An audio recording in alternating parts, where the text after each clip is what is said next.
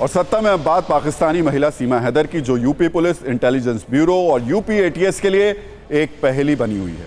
हर दिन सीमा हैदर से जुड़े चौंकाने वाले राज खुल रहे हैं और इस सब के बीच में एक सवाल जो हर किसी के मन में उठ रहा है कि आगे सीमा हैदर का क्या होगा। क्या सीमा हैदर को भारत की ही जेल में रहना होगा या फिर सीमा हैदर को वापस पाकिस्तान जाना होगा। जहां तक जेल भेजे जाने की बात है तो अगर आप गौर करें तो फिलहाल यूपी पुलिस, एटीएस और इंटेलिजेंस ब्यूरो सीमा हैदर और पाकिस्तानी खुफिया एजेंसी आईएसआई के कनेक्शन की जांच कर रही है। सीमा हैदर के पाकिस्तान से दुबई, उसके बाद काठमांडू, फिर वहां से ग्रेटर नोएडा तक पहुंचने की स्टोरी को वेरीफाई किया जा रहा है। पूरी जांच में सीमा के 2 पासपोर्ट और 4 मोबाइल सबसे ज्यादा शक के घेरे में है और इनमें भी सबसे ज्यादा शक टूटे हुए मोबाइल फोन को लेकर है, जो अब तक रहस्य बना हुआ है।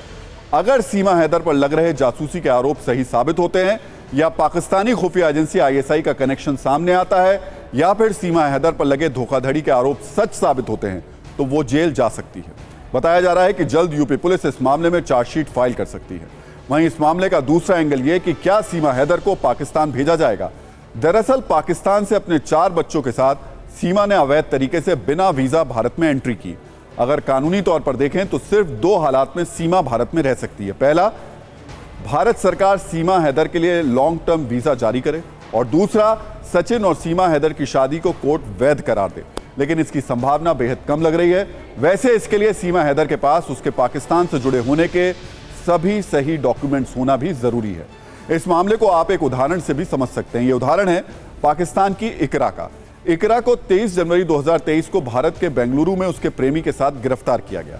इकरा ने भी पुलिस को बताया था कि नेपाल में उसने भारत के रहने वाले मुलायम सिंह से शादी की। इसके बाद वो दोनों नेपाल की राजधानी काठमांडू के रास्ते भारत आए थे।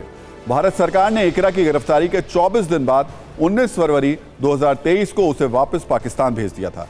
इकरा पर आईपीसी की धारा 420 के तहत फर्जीवाड़ा करने, 495 के तहत छुप के शादी करने, 468 और 471 के तहत फर्जी दस्तावेज बनाने और उनका इस्तेमाल करने के आरोप लगे थे। तो सवाल है कि अब सीमा हैदर के साथ भी यही होने वाला है। खैर, सीमा हैदर का क्या होगा इसके लिए इंतजार करना होगा, लेकिन पुलिस से लेकर जांच एजेंसी तक अब सीमा हैदर को लेकर सभी फुल एक्शन में हैं। कल की पूछताछ के बाद आज फिर सीमा हैदर से नोएडा सेक्टर 58 में एटीएस दफ्तर में पूछताछ की गई। इस पूछताछ के आधार पर सनसनीखेज खुलासे भी हो रहे हैं। सूत्रों के मुताबिक सीमा हैदर ने सचिन से पहले भी भारत में कुछ लोगों से संपर्क किया था। दिल्ली एनसीआर में किसी से सीमा ने संपर्क किया था। एटीएस की पूछताछ में हर सवाल का सीमा नपा तुला जवाब दे रही है। एटीएस की पूछताछ में सीमा ने हर सवाल का नपा तुला जवाब दिया। यह भी खबर है कि सीमा ने पूछताछ के दौरान फर्राटेदार अंग्रेजी पढ़ी है। सीमा के अंग्रेजी उच्चारण से एटीएस के अधिकारी भी हैरान रह गए। एटीएस के अधिकारी पहचान पत्र को लेकर सीमा से सवाल पूछ रहे हैं।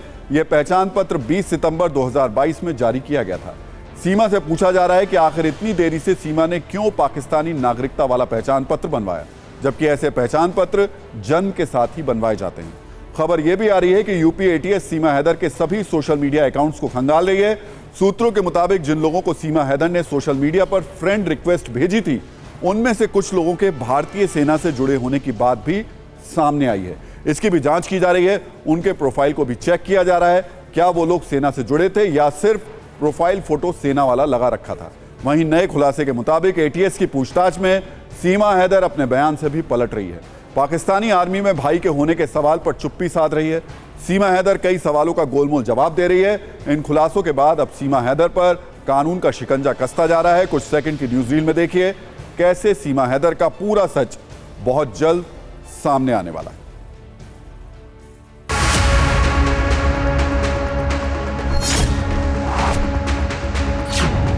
अब मैं हिंदुस्तानी हूँ, मैं खुद को पाकिस्तानी नहीं मानती। आप अगर ये कह रहे हैं सर, ये कह रहे हैं कि यहाँ की बातें वहाँ बताएगी, तो आप जहाँ रखोगे मैं वहीं रहने के लिए तैयार हूँ।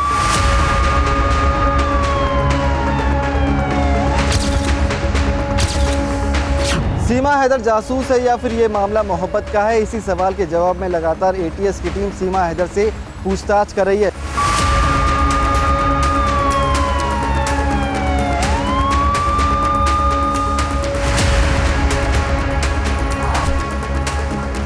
उर्दू थोड़ा बहुत आता है, अंग्रेज़ी या दूसरी भाषा मुझे लिखना बिल्कुल भी नहीं आती। कि मैंने लिखा कि मैं 18-17 साल की हूँ, ऐसा कुछ भी मैंने कभी नहीं लिखा।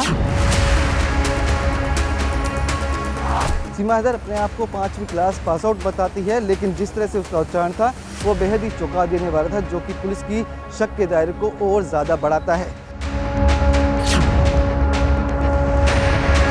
ना ही मेरी हैदर से लव मैरिज थी।